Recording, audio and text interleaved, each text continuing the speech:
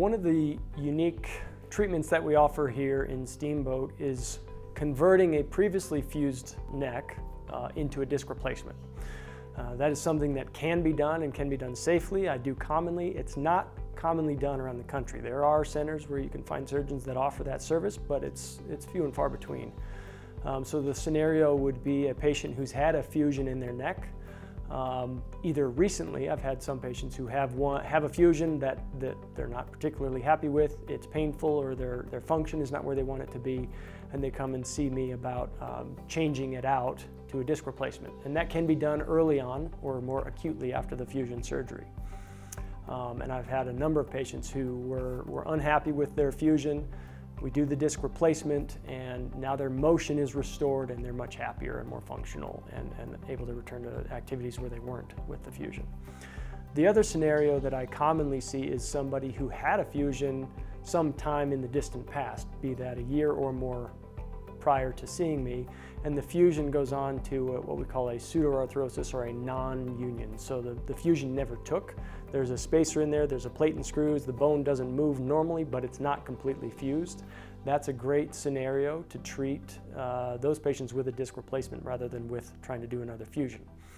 The standard answer there with that scenario is to go in the back of the neck, put screws and rods to get it to fuse. My answer to that is to go in, take out the plate and screws, take out the fusion cage, and restore the disc height and restore its motion through an artificial disc. And that can be done and with good results. Moving even a step beyond that, people who have a solidly fused disc but still have open facet joints in the back, that's still an opportunity where a disc replacement can be done if necessary. Now, most people, once a fusion has taken place, it may not be necessary to reverse it to a disc replacement, and you'd be talking more about doing a disc replacement above or below their fusion, which that's a very common scenario where I've had patients that have had a fusion before, they did well for a while, and then they develop disease at the adjacent disc and they would rather not have another fusion, and so we do the artificial disc at that point, and that can be done readily as well.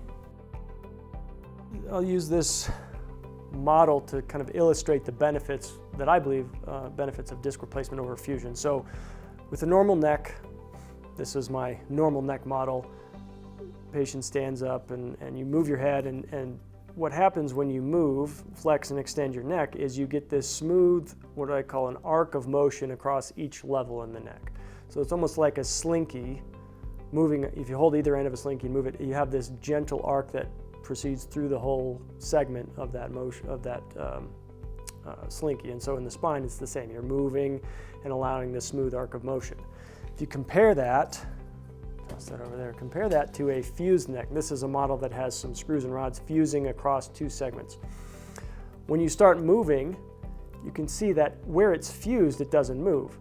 It's this stiff, rigid segment, which puts a lot of forces at the levels above and below, and that's why we get accelerated breakdown of other discs, more pain, and ultimately more surgery can be required, which unfortunately very commonly turns into another fusion, which just propagates the problem. So fusion really doesn't make sense if you can avoid it. There are some problems where there's severe infection or deformity, which fusion is the only option for, but I would say, especially in the cervical spine, the majority of patients have a good non-fusion option.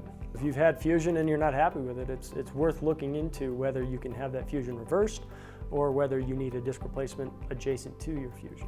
A good number of my patients are those who have been told by other surgeons that they can only have fusion and a disc replacement is not an option. Most of the time when a patient is told that, it's actually not true, and they can get a disc replacement. It's just a matter of seeking out the surgeons who are comfortable doing that.